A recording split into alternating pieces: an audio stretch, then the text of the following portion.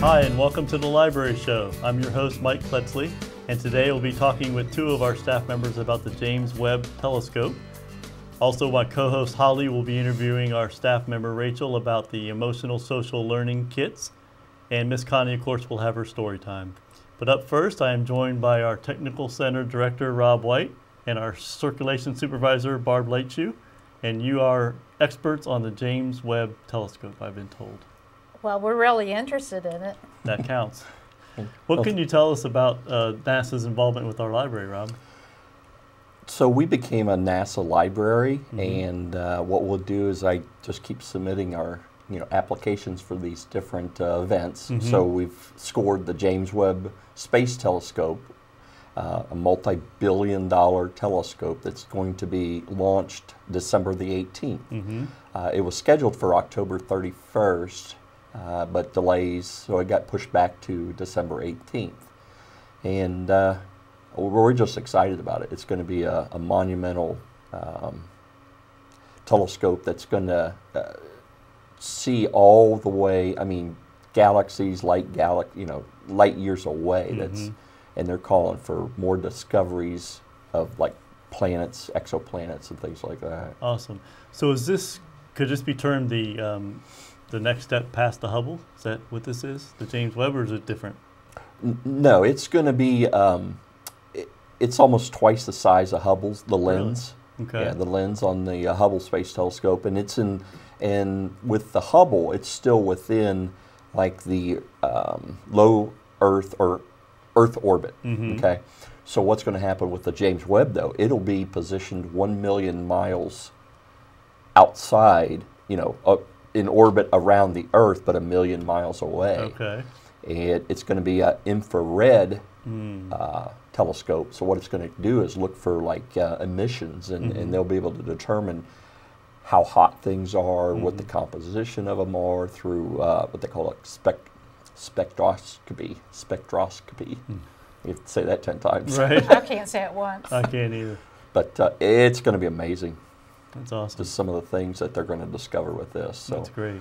But the real challenge, as always, is that putting that thing up in orbit and having everything go correctly. Yeah, yeah. And it's smart not to do it on Halloween. Right. That's what I feel. I agree. It's I agree. good choice. Yes. Now, Barb, you mentioned your interest in space. I'm sure you see a lot of books go across the desk that get checked out regarding space and exploration. Right. What interests you about it? Well, I'm from the 60s, and so I really grew up loving space because, Neil Armstrong went to the moon. I mean, I feel like I was at the very beginning of the excitement of space. And then a couple years ago when we had the NASA trailer over, I was like, it reignited my passion so much. Last year we were supposed to do something amazing, but COVID kind of took care of that for us. But we got the banner of the 30th anniversary of Hubble. Of Hubble's. So we got a banner that is only like 75 places got this banner. It showed a brand new star. Wow. And so we didn't get to display it, so we gave it to the museum. So if anyone wants to see it, they can go next door. So nice. it was, I thought we were so proud and honored that we were one of 75 places that got the banner, and unfortunately we didn't get to have a lot of fun with that. Yeah. But we're going to have fun with this. We are. Well, it sounds like we're on NASA's radar. Yeah, I think they really like us. Yeah. And That's part awesome. of it's because of Neil Armstrong, but part of it is because we all work together to really make sure we can bring love to the children. Right. So. Right. Well, I think we hit a home run with the first NASA event. I think that they know that. Yes. And that we can do it again. Right. It was crazy. Awesome. That's great. Yeah, that was a lot of fun, and we were introduced to new types of STEM for kids as well, and actually they were testing some of those out for the next generation that goes to Mars. So, and then that age group that we looked at, the junior high level, was that generation that's going to be able to go to Mars and who knows how far else. Right. But right now, we're just going to see if we can get a Hubble Space Telescope into orbit. That's awesome. I mean, now this is not being launched from NASA. It is going to be aboard a Ariane 5, which is the ESA, the European Space Agency, and it's going to be launched from Guyana, down in the French, near the equator. Okay. Yeah, because what happens is when they do these launches, have you ever noticed why Cape Kennedy is where it's at? Why isn't it in, you know, northern DC or or something like that? But the closer to the equator you get, the faster the Earth is spinning, and then they figure this out, and that adds boost to the rocket to get it into orbit. Ah, so there's a method to their madness. Yes. Gotcha. Yep. And so the Ariane 5 rocket is probably one of the most reliable rockets that's been launched. You know, SpaceX is up there, but you know, tonight at 8:02 p.m. SpaceX is going to launch a 4-person crew. Nice. The first all civilian crew. Wow. So that'll be pretty interesting to see. That says something for their autopilot, doesn't it? Yes, yes. I think the rocket has a lot more trust than their car. Yeah. I think. I don't know. I think you're right. Now, tell me about the name of the James Webb. There's a historical reason it's called that, and I mean, he's obviously connected to space. What's the story behind that? James Webb was a director back in the 60s. He was not a scientist. He was not a physicist, nothing. He knew nothing about space, but at that time, the Kennedy administration, I think it was, they came to him. He was a business person. He says, hey, we've got to look at this as a business proposition. So James Webb came in there, and from like 62 to 68, he pulled all the strings, created funding, budgets, and all that stuff, and pulled together all these people for, you know, the Mercury, you know, Gemini, Apollo. But it's interesting that he resigned right before he left for, and I'm not sure, I never did find out why. But that's where James Webb, he's one of the first directors for NASA. Gotcha. But it's interesting that he was but he was phenomenal. I mean, he ran that NASA just like a business. And that's what they needed, it sounds like. Well, Neil put his foot on the moon, so you know. Yes, exactly. And it's pretty amazing. Now, Barb, what kind of resources does the library offer for kids who are interested in space, whether they're younger or older, but what can they check out, or what can they learn about space from at our library? Oh, well, we have every book that you can imagine. And if we don't have it, we'll get it. Nice. And they can always talk to Rob. He's a good talker. So we'll have him on the show someday. Right, exactly. Have him on the show. Maybe he can tell a little bit about it. Yeah, so we have great resources. We have online resources that nobody even has ever explored. So, you know, check out our website. Come in and see us. We have lots and lots of books, every age group. Good. So the aspiring astronaut will not go for naught. Right, exactly. Awesome. You know. Go ahead, I'm sorry. We also have the Rocketry Club. Oh, I'm sorry. I should have mentioned that. We have the Southwest Ohio Rocketry Association, and it's affiliated with the National Association of Rocketry. So we're a sanctioned club. So we have meetings and president, vice president, and then we have a field at Heisey Park that we launch up there on Sunday afternoons. We get little rockets, and then we've launched larger rockets up to 6 feet tall up there. It's pushing the envelope for our area, because it's just amazing. So rocketryohio.com is the website, so go there and check it out. And if you're interested, we're going to have some builds coming up for the James Webb. We're kicking it off October the 16th. And then as we were planning initially for October the 31st as a launch date, but that got pushed back to December the 18th now. So from the 16th of October through the 18th, we'll have events, you know, every other week or something, and just watch our emails and our website for updates and stuff. And then on December the 18th, if the launch still holds that we're able to do that, we're going to have a launch party at the library. Nice. Which we'll watch it and be exciting. That'll be great. Good. We have to social distance, so. Oh, yes, right. Well, it sounds like we're geared up again for a NASA event. We really are. And, you know, if we do this one up right, then Sky's the limit, excuse the pun. Exactly. I like that pun. Thank you. Thank you. Been working on that all day. Yeah, so. Well, thank you both. Wealth of information. Thanks for having us. Absolutely. Welcome back anytime. Up next, Holly and Rachel will be talking social emotional learning kits.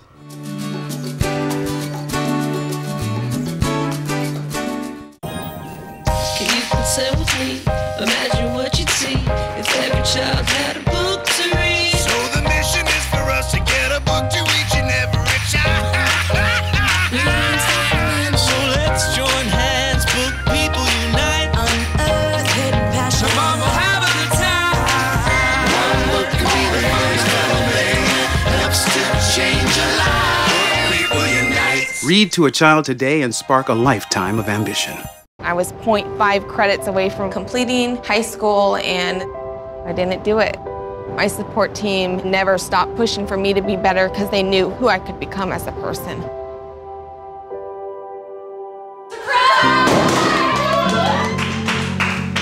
I've been given an opportunity, and I'm just thankful for it. Find free adult education classes near you at finishyourdiploma.org. The vaping industry spends millions marketing their products to young people. They think they can fool you with the flavors and packaging, but they don't tell you about the toxic and addictive chemicals inside. To learn more, visit sapcwarrencounty.org. Hi, and thanks for tuning into the Library Show. I'm Holly Browning, and I'm here with our Juvenile Services Coordinator, Rachel Schlein, and Rachel is going to be talking to us about her new program that is geared towards social emotional learning. And that's kind of a mouthful there. But thank you for joining us, Rachel. Yeah, thanks for having me. All right, so tell us a little bit, what is social emotional learning? So basically it focuses on social skills and managing emotions. So there are 5 areas that align with Ohio's social emotional standards. And it's relationship skills, social awareness, self-awareness, self-management, and responsible decision-making skills. Okay. So that's kind of the gist of just what kids would learn about social emotional learning. Okay, all right. So what motivated you to come up with a program geared towards this? So I am getting my master's in school counseling. That's awesome. Yeah, and so a lot of the programs that we do have to do with social emotional learning. That's like a main component of a school counseling program. Right. And so I've been learning about that, so I thought it would be good to apply it here, especially for, you know, the younger kids, and then as, you know, we've got a lot of stress going on in the world. Right, especially now. Yeah. Right, absolutely. so definitely teaching them those coping skills and things like that. Right.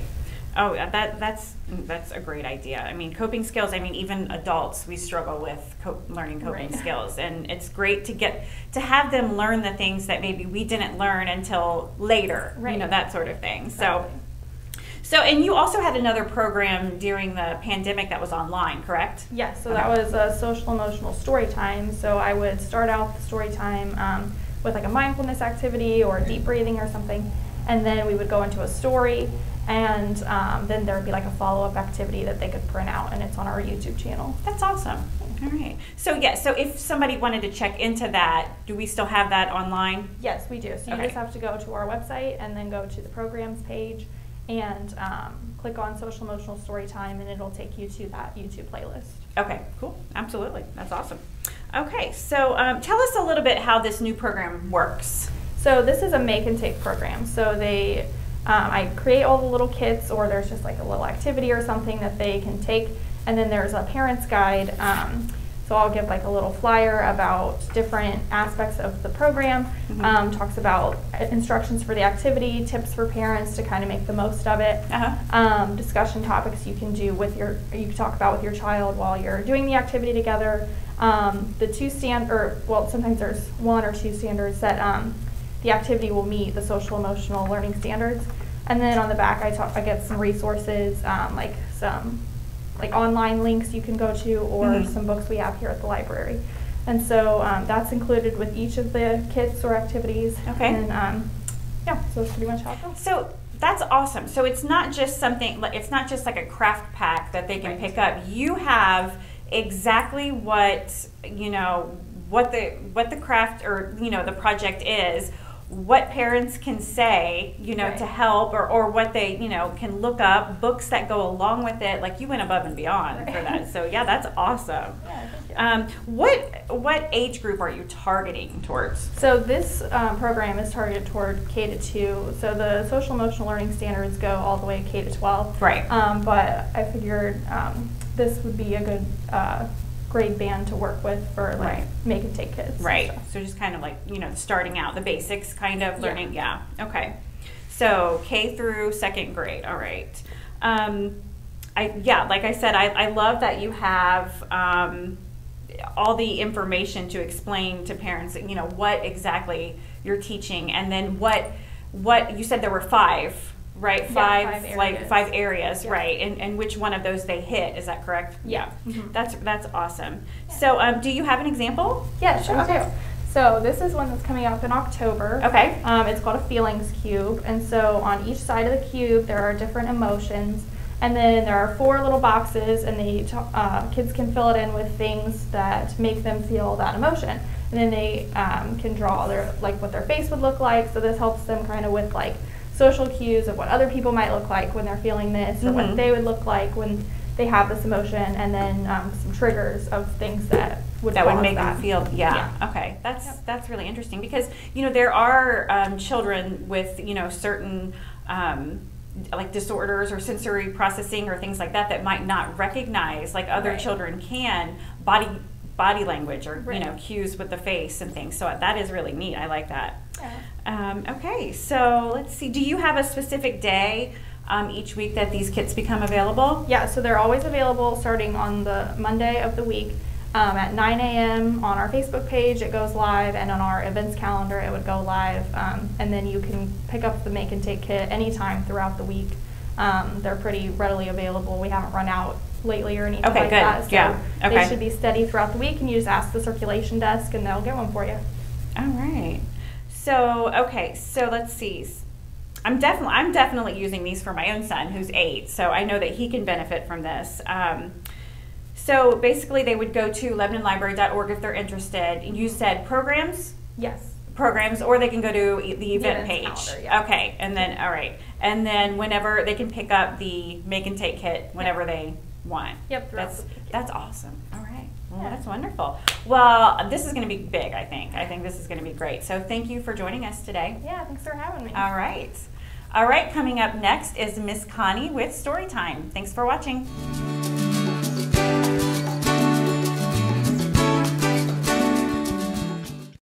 There's a lot of fear in coming back to school. I'm a 40-year-old man that walked in there to get his high school diploma. It was very hard for me, but one of the teachers was Miss Araceli. She gave me direction. Every single time I had a question, she'll put down whatever she's doing and she'll sit there with you until you get it. 50% of getting your high school diploma is walking through those doors. The other 50% is doing the work. Find free adult education classes near you at finishyourdiploma.org. Your hometown source, the Lebanon Channel, is now on YouTube. I know how fortunate I am. Just search City of Lebanon, Ohio to connect with everything that's happening right here. And that's going to be an exciting part about this walking tour. Subscribe to receive exclusive local content available only on the Lebanon Channel. Wow, Neil Armstrong's coming to my launch. I was so excited about that. That's the City of Lebanon, Ohio, now on YouTube. That's what makes this Lebanon, Ohio a great place to live. Yeah. Hi everyone, I'm Miss Connie from the Lebanon Public Library. Thank you for joining me for a story. Are you ready to help me wake the book bunny up? All right, let's say those words together. Here we go. Book bunny, it's time for story time to begin. Hello, Book Bunny. Can you give our friends a wave? Can you wave back to the Book Bunny? He's very happy that you're joining us for a story, aren't you, Book Bunny? He says, yes, he is. Well, let's set the Book Bunny aside. And how about if we see what's inside the mystery box? You can sing that song with me. Here we go. Mystery box, mystery box. What's inside the mystery box?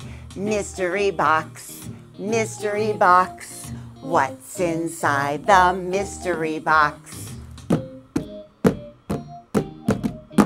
All right, let's take a look inside that mystery box and we shall get a clue about our story. Let's see what's inside. Inside the mystery box, there is an ancient lizard. Now, it's not a real lizard, of course. It's not an iguana. It's not a gecko. Let's see what it is. It is a chameleon. Now, of course, out in nature, a chameleon would not be this colorful. But in real life, a chameleon can change its color. If it's walking along in the jungle and it stands on a rock or someplace to take a little rest, and all of a sudden it gets really, really hot and says, whoa, I need to cool myself down. The chameleon can change its color to very pale, and that way the sun's rays do not absorb and they reflect, and the chameleon can cool down. On the other hand, if the chameleon is really cold and says, brr, I need to warm up, he can turn his body a darker color, and the sun's warm rays will be absorbed by the chameleon, and then he can warm up. So today we are going to hear a story about a chameleon, and the story is called The Chameleon's True Colors. There's our end papers, and there's our title page. And there's the chameleon. Deep in the jungle, there lived a little chameleon. He had scaly skin, a swirly tail, and googly eyes, and a long tongue. But the chameleon was missing something very important. He did not have a color. So one day, he set off to find it. First, the chameleon looked up to the bright sky. Hello, sun, he called. I like your color. What is it? And what color is that? Yellow, that's right. Hello, little chameleon. My color is yellow. It lights up the world.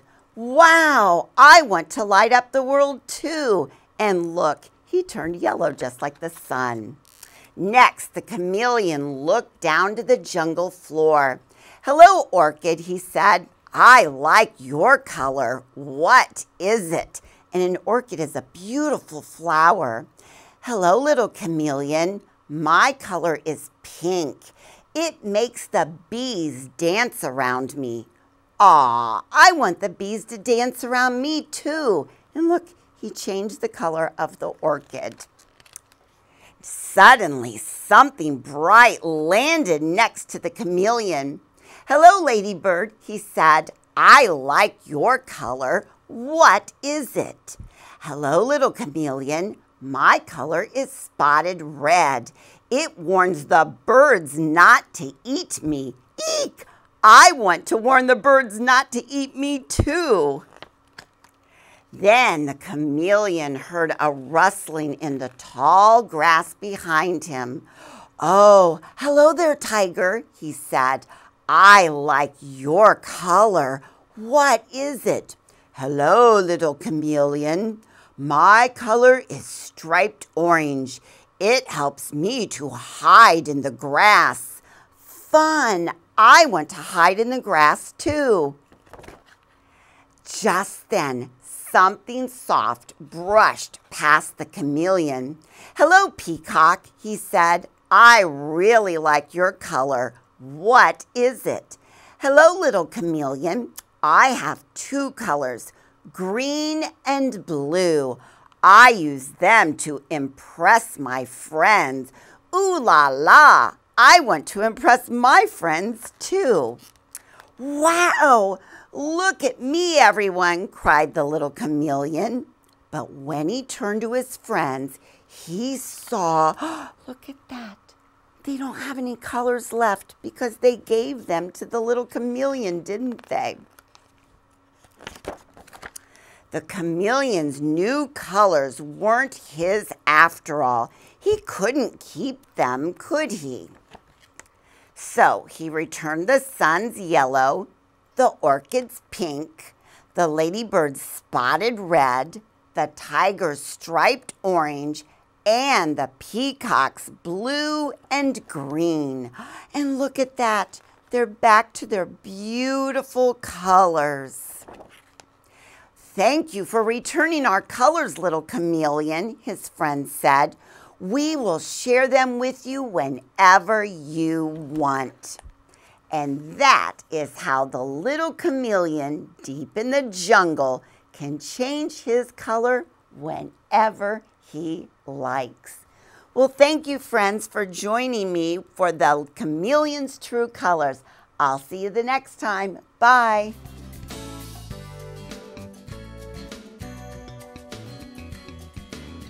Welcome back to the Library Show. We thank you so much for tuning in today. And as always, if you have questions about any segment that we taped today, or if you have any questions in general, feel free to call the library at 513-932-2665, and that spells out book. So 932-BOOK if you have any questions about anything. And we thank you as we've opened up the library more and more. We ask, or thank you for coming back as you have. Thank you all and have a good month.